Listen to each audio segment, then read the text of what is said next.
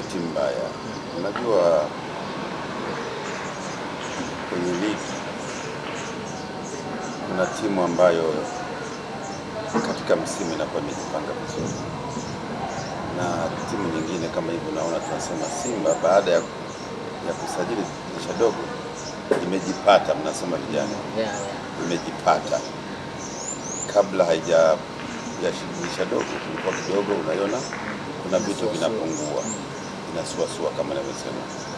Mpaka hivi sasa kuna maeneo ambayo bado tunahitaji mtu mwenye ubora, lakini si haba. Sasa hivi Simba wamejipata, wanafanya vizuri, wameleta wachezaji wazuri ambao wanaipambania klabu. Unaona kabisa hawa wamekuja kufanya kazi. Kwa hivyo mchezo wa jana ulikuwa mzuri, lakini mwisho wa siku, sababu Simba wana timu nzuri hivi sasa, wameepuka na pointi tatu. Nataka unipe experience yako ukiwa kama mwenyekiti wa klabu ya Simba, umefanikiwa kucheza na Singida Black Stars. Ni mchezo huo unakuwa na namna gani? Hivi ambavyo tunashuhudia kwa siku za hivi karibuni, ama hili bato limeanza hivi karibuni alikuwepo sana? Kwanza rekebisha bwana, mimi sio mwenyekiti wa Simba wa zamani. Mwenyekiti wa Simba yupo, mimi mwenyekiti wa zamani. Sawa. Singida ni wapinzani. Kwa hiyo mimi nilitaraji, sababu Singida si ni miongoni mwa timu nne zilizoshiriki kwenye mashindano ya vilabu barani Afrika. Kwa hiyo sio timu ndogo, ni timu ambayo inatoa upinzani, sababu imefika mahala ina uzoefu wa kimataifa. Kwa hiyo utarajii kucheza na Singida upate mtego, utarajii. Lakini maswali mengi kwa watu wanauliza, kwa nini dhidi ya Simba pekee yake? Kwa nini akicheza na vilabu vingine huo upinzani wa sasa hayo ni mambo ya kishabiki. Mimi nimeuangalia ule mchezo, nafanya tathmini ya mchezo. Hivyo vilabu vingine siwezi kujua, wao ndio wanajua. Sasa uliangalia mchezo wa Singida Black Stars dhidi ya Yanga?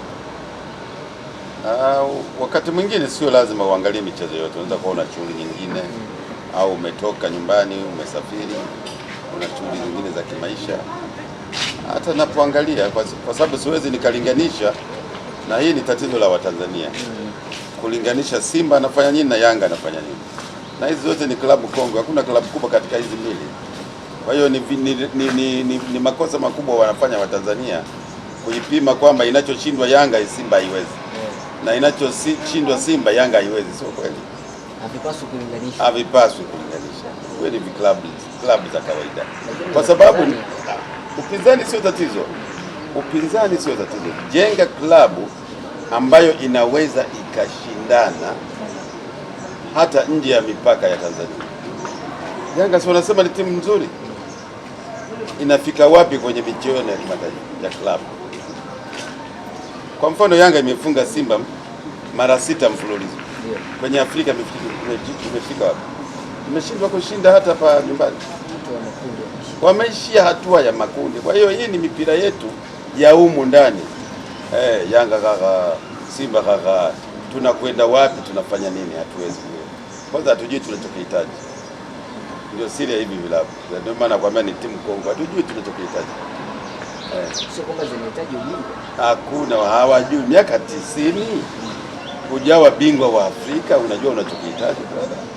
Miaka 90 Yanga ipo, Simba ipo. Yanga miaka 91 hujawahi kuwa bingwa hata wa Afrika.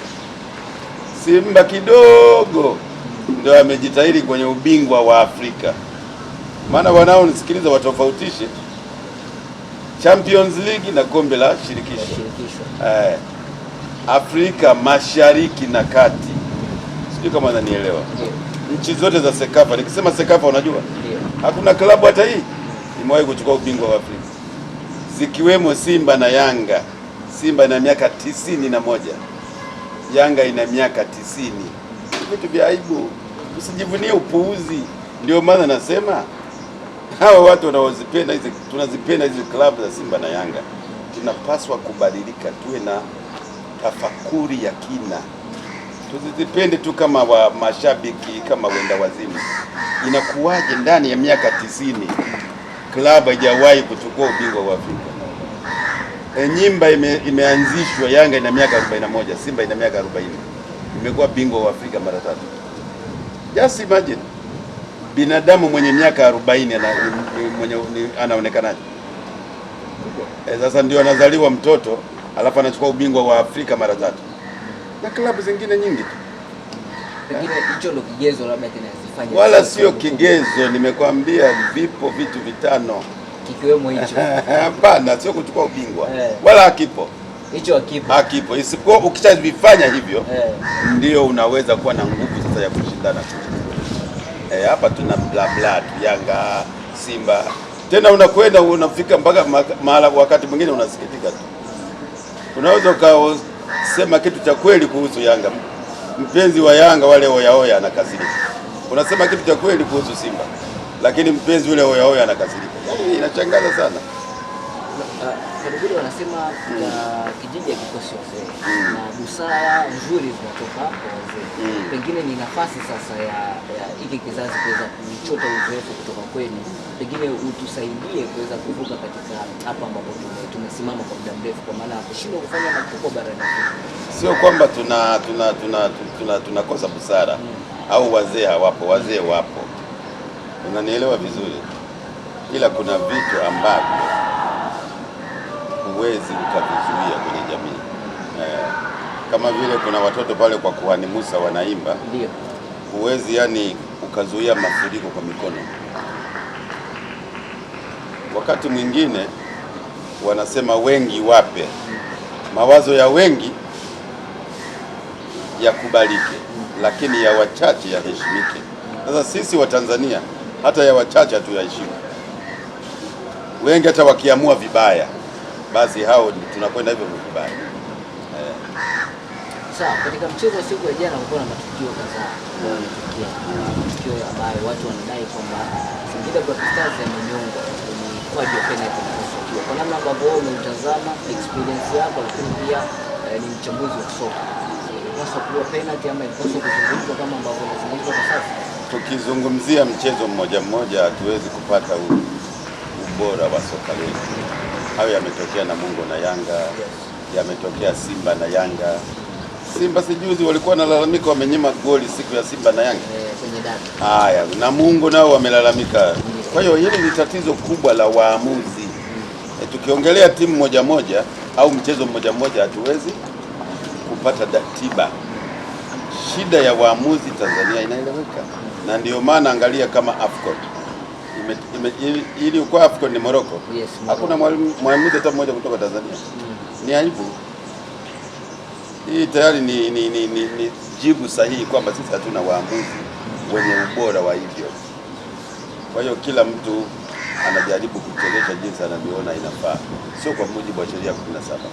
Haiwezekani waamuzi wakawa kwenye mechi karibuni 4-5 mfululizo. Tatizo ni hilo moja tu. Lakini kwa kifupi, sheria ya penalty ni ngumu sana. Katika sheria 17 za mpira, sheria namba 11 ya penalty ni ngumu sana. Tafsiri yake sio haitoki kirahisi, ni ngumu kuitafsiri. Ili uielewe inatakiwa uwe na tafakuri ya kina na uwe makini. Na waamuzi wengi na hakika shule inawapiga tega, kwa sababu Watanzania ni kati ya mataifa ambayo watu hawapendi shule. Sasa unataka kusoma sheria zimeandikwa Kiingereza, unataka usome Kiswahili, utaiweza wapi? Ndio maana kunakuwa na matatizo mengi lakini mpira lazima uchezeshwe na waamuzi. Lazima tuwe nao. Sasa pengine tuna wasaidiaji wa waamuzi, kwa sababu wamekuwa wakifanya makosa kwa muda mrefu, makosa ambayo yanajirudia kama ambavyo umetoka kuzungumza, mechi dhidi ya Namungo, mechi dhidi ya Simba, sasa hivi wanataja mechi dhidi ya Singida Black Stars. Tufanye nini ili tuweze kuwasaidia waamuzi? Sasa hao ni watu wenye dhamana ya kusimamia na kuendesha mpira. Jamii kama jamii imekasimu madaraka kwa vyombo ambavyo vinasimamia na kuendesha mpira. Hao ndio wanatakiwa watusaidie. Pengine wanasubiri pia maoni kutoka kwa waamuzi. Tumeshatoa maoni mengi, wanataka maoni gani? Mpaka tuwapige waamuzi tuwaue? Shatoa maoni. Nitakwambia huko kuna Namungo na Yanga, huko Simba na Dodoma Jiji. Ni kila mchezo haukosi kasoro ya waamuzi. Tunataka solution sasa. Pengine tupunguze kama wao wataitafuta. Tumewapa madaraka hayo. vinginevyo waseme wameshindwa, maamuzi au majawabu yatoke kwenye jamii. Tumewapa heshima ya kukasimu madaraka kwamba endesheni mpira kwa niaba yetu. Tuna TFF tumeshawapa madaraka, kama wakishindwa waseme tumewapa madaraka kwamba endesheni kwa niaba yetu. Nchi nzima ina watu milioni 60, hamwezi wote mkaendesha mpira. Wako watu mnawapa madaraka waendeshe kwa niaba yetu. Kwa hiyo wakisema wameshindwa, tutatafuta watu wengine. Kwa namna ambavyo unaona ni sahihi waamuzi kufungiwa miezi 5, miezi 6? Haziko taratibu, wao wamefungiwa kwa mujibu wa taratibu. Kama sio sahihi, basi kanuni zitakuwa hazitoshi, na kanuni kwa mujibu wa taratibu zilizopo zinaidhinishwa na mkutano mkuu wa wenyeviti wote wa klabu kwenye TPLB. Sasa tutoke hapo, tuende katika mchezo wa dabi ya Kariakoo. Simba alifungwa mara 6 mfululizo. Sasa hivi tunazungumza kwamba alipata sare za Yanga. Pengine huu ni mwamko mzuri kwa sababu hatutasema ni jambo jema. Hakuna mwana Simba, narudia tena, anachukia kufungwa na Yanga. Kufungwa mfululizo ndio kero, kufungwa mfululizo. Lakini kufungwa Simba, kufungana na Yanga ni jambo la kawaida, limetokea miaka 30. Kwa mfano tarehe 29 nakupa tarehe sasa, sababu unaongea na encyclopedia. Tarehe 29 mwezi wa 6 1977 Yanga ilifungwa goli 6 bila, mpaka leo wajarudisha hizo goli, na Kibadeni amepiga peke yake goli 3 hat-trick, hawajailipa. Kwa hivyo kufungana ni jambo la kawaida, lakini haijatokea zaidi ya hivi sasa Yanga na Simba wakafungana hata zaidi ya mara 2. Haijatokea. Pengine Simba walikuwa wanafika wapi kwa kuna sehemu wala sio swala la quality. Dabi haina quality. Dabi haina quality. Haina quality. Hata huko Ulaya wanafungana magoli mengi, lakini sio mfululizo. Anafungwa tu Madrid na Barcelona mara 6, haiwezekani. Haijawahi. Sasa pengine tumeshuhudia hii sare mwezi wa 5 hapo, pia kuna dabi ya Marudiano. Pengine inaweza ikawa ndio dabi ambayo Simba akapata ushindi wa moja kwa moja. Sasa siwezi kujua, wao ndio wanaandaa, mimi sihusiki na kuandaa timu. Mimi kazi yangu ni kuangalia. Kama shabiki wa Simba unatamani hilo kutokea. Ndio maana nimekuambia Simba iliyocheza juzi na Yanga ndio Simba tungependa kuiona, lakini wanaoandaa timu ni viongozi na wengine. Sasa wachezaji wamesajiliwa wengi pale. Mara zote mimi huwa unaniambia kwamba bado Simba hujamuona striker hatari katika klabu ya Simba. Kwa sasa kwa namna ambavyo Simba inacheza, Selemani Mwalimu yuko pale, bado unasimamia kauli yako kwamba hujamuona striker hatari kwenye klabu ya Simba? Bado. Selemani Mwalimu ni mzuri bado, kwa maana ya striker ni ana nafuu kuliko wale niliowaona kina Ateba, sijui Mkwala, sijui Jobe au Jobe ndo kabisa bafaya hata kusema, kwa sababu nishawaambia Simba mimi wasiogope kusema kweli. Wale watu kama Jobe mwana Nyamana anatandikwa mijaki bao. Ukituletea mtu, tuletee mtu ambaye hawezi kupatikana katika Jamhuri ya Muungano wa Tanzania. Ni sawasawa na serikali inaruhusu watu waje kutembeza nguo. Tanzania hawezi kutembeza nguo kweli? Yaani mtu atoke Nigeria kuja kutembeza nguo hapa Dar es Salaam. Wa Tanzania wako wengi, au kuuza nyanya. Wa Tanzania hawezi kuuza nyanya kweli? Yaani tunatakiwa tufike mara kwenye mpira tubadilike. Leta mtu kweli. Jonathan Soa sijawahi kumwona akicheza Simba, sijawahi kumwona. Amecheza kama mechi 3. Sijawahi kumwona, nimekwambia mwanzoni, sio lazima kila mechi utakuwa unaangalia. Kuna shughuli nyingine za maisha. Lakini tangu amekuja ni mgonjwa, sio amepata kadi. Sasa kama mtu ana nidhamu, hata uwezo wake na ubora wake hauna faida. Lakini kama nidhamu ni sehemu ya ubora wa mtu. kama mchezaji mcheza mpira ukimwangalia Jonathan Soa anaingia katika zile sifa ambazo unatumia kumwangalia mshambuliaji ambaye ni hatari. Asijawahi kumuona akicheza. Unaweza kuwa na umbile nzuri kama Tenende, wewe kumuona Tenende bado kidogo. Lakini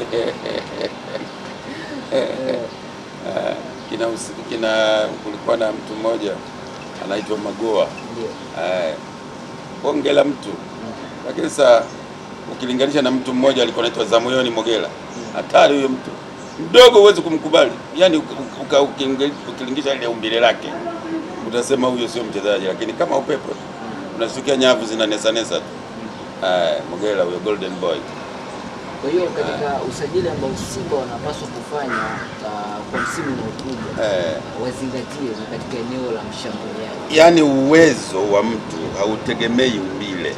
Yaani jinsi Mungu alivyokuumba. Anakupa na karama yako na kipaji chako, alafu wewe unakifuatilia na kukiendeleza. Tunataka ubora. Yaani pale Simba mtu mwenye kama vitu viwili accuracy. Unaona? Accuracy, usahihi. Yaani akiwa eneo la goli. Yaani mipira mitatu lazima mmoja uwe ndani ya kamba. Umenielewa vizuri? Na kingine ni timing. Mfungaji, yani pasi aliyozaliwa ni mfungaji, ana timing. Anakuwa na timing. Yaani akili yake yote iko kwenye ile miti mitatu.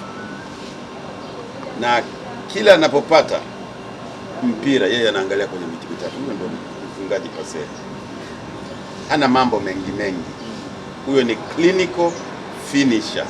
Sasa unatafuta watu kama Clatous Chota Chama, Mwamba Lusaka wa kutengeneza yale mapishi yale. Sasa akitumbukiza tu akimpa iko ndani ya kamba. Watu mnakanga chips. Kama Kagere. Ndio raha ya mpira. Type ya Kagere, type ya Mohamed Hussein Machinga. Uliwahi kumuona wewe? Machinga. Kama hivyo Zamoyoni Mogela golden boy. Hatari akiwa pale kwenye eneo la 18. Hatari. Anachungwa na beki 2 mpaka 3. Mtu mmoja. Kagere alikuwa juu kuichenga lakini anapiga. Kazunguka kwenye vilabu vingine 15 kwa kufikia. Wanaweza kumpata aina ya mshambuliaji kama wale wapo hata wenyewe wanaweza wakamtengeneza. Kwa nini lazima tuagize? Alipatikana mtu kama John Raphael Boko hapa. Zamoyoni Mogela alikuwa hapa. Mohamed Hussein Machinga alikuwa hapa. Makumbi Juma Homa ya Jiji alikuwa hapa. Naweza kuwataja wengi humu ndani. Kwa nini tusitengeneze? Maana utengenezaji umekuwa hafifu na hii ndio maana nakwambia katika bara la Afrika mpira umeshuka. Wewe fikiria kwa mfano Nigeria ile. Kombe la kwanza la dunia. Sijui nakwambia sio Afrika.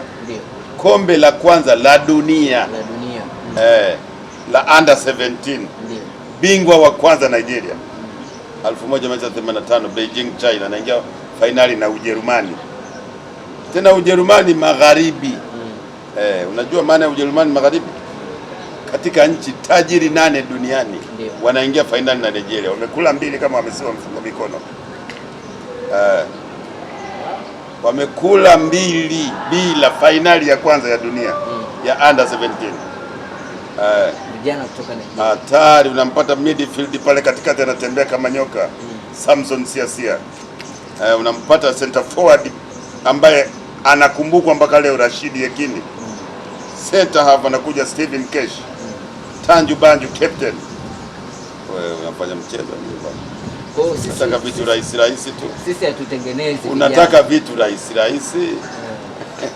Wewe ukitaka kama huna hela nenda kale kwa mama ntilie, ndio tunachofanya sisi. Kilimanjaro utaenda kula. Ina maana zile Simba B Academy zetu. Iko wapi Simba B bwana na Yanga B? Ndio Yanga wanapambana sasa hivi watengeneze program. Lakini kutangaza ni jambo moja, utekelezaji ni jambo jingine. Ni jambo jema. Lakini maneno na vitendo ni vitu viwili tofauti. Pengine Simba wanapaswa kuiga pia hiki ambacho Yanga wanafanya. Hakuna jambo zuri mtu utakiwi kuiga wala hakuna aibu. Mbona Yanga wameiga Simba Day? Nilianzisha mimi na mzee Dalali Leo Simba kwa chuki zao wanasema kaanzisha dalali peke yake, wananitoa mimi kwa sababu mimi nimenyoka hivi. Nawaambia ukweli, kubali criticism ili uweze kutengeneza kitu kizuri. Utaki criticism, ndio maana wanafeli. Kubali criticism. Hapa naambiwa ukweli, nimepotoka, natakiwa nirekebishe. Bila hivyo huwa hatuwezi kwenda. Kwa hiyo hili jambo la Yanga School Soka linaweza kuwa ni mwongozo kwa hivi vilabu vingine ikiwemo Simba waweze kuingia. Halikuanza leo. Yanga labda wanaliboresha tu. Walikuja Victor Sankulescu brother. Hakuna aliyefanya makubwa Yanga kama Victor Sankulescu ukisema soka la vijana. Ndio. Kaja Tambwelea kafanya.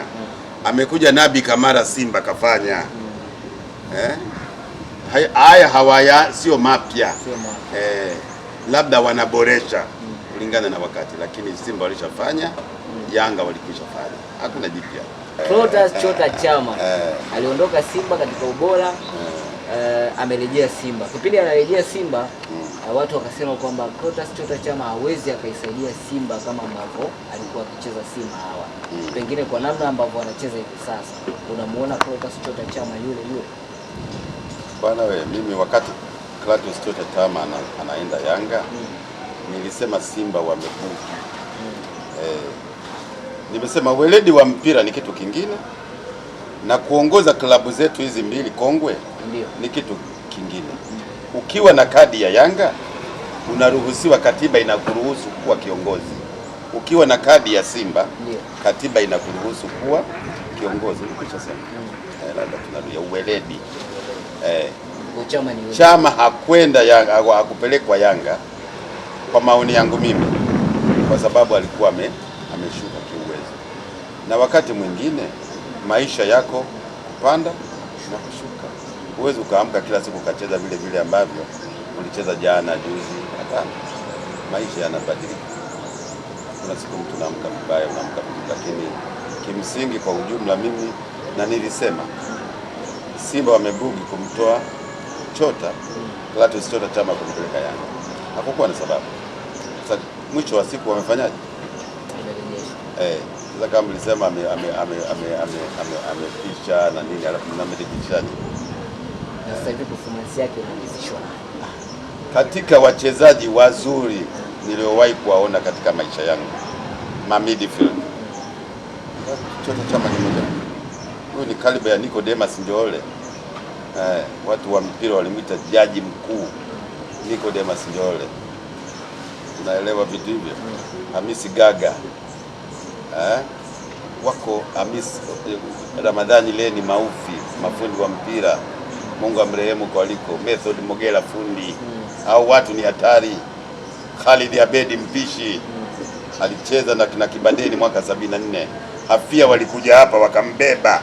Wakaambia wewe ukija Gine hauna majaribio, unacheza moja kwa moja. Khalid Abedi. Katika wachezaji walioifikisha Simba nusu fainali ya ubingwa wa Afrika mwaka 74. Khalid Abedi namba 6. Kibaden nakwenda 10 kule. Adam Sabu Gadimula yuko namba 9. Hatari bwana. William Mwajibe wa Zambia wanakuambia the outside right never seen ever since in Zambia. William Mwajibe. Hatari. Sawa, Simba amebakiza na gap la pointi 5 na performance hii ambayo tunaiona, tumtegemee Simba anaweza kuwa bingwa msimu huu? Hiyo ni mapema sana kuongea. Tutakuwa tunaongea ushabiki, na mimi sio mshabiki wa karibu hiyo. Ligi bado lolote linaweza kutokea. Timu nyingi zina nafasi. Sawa, nikushukuru sana. Mungu akubariki sana.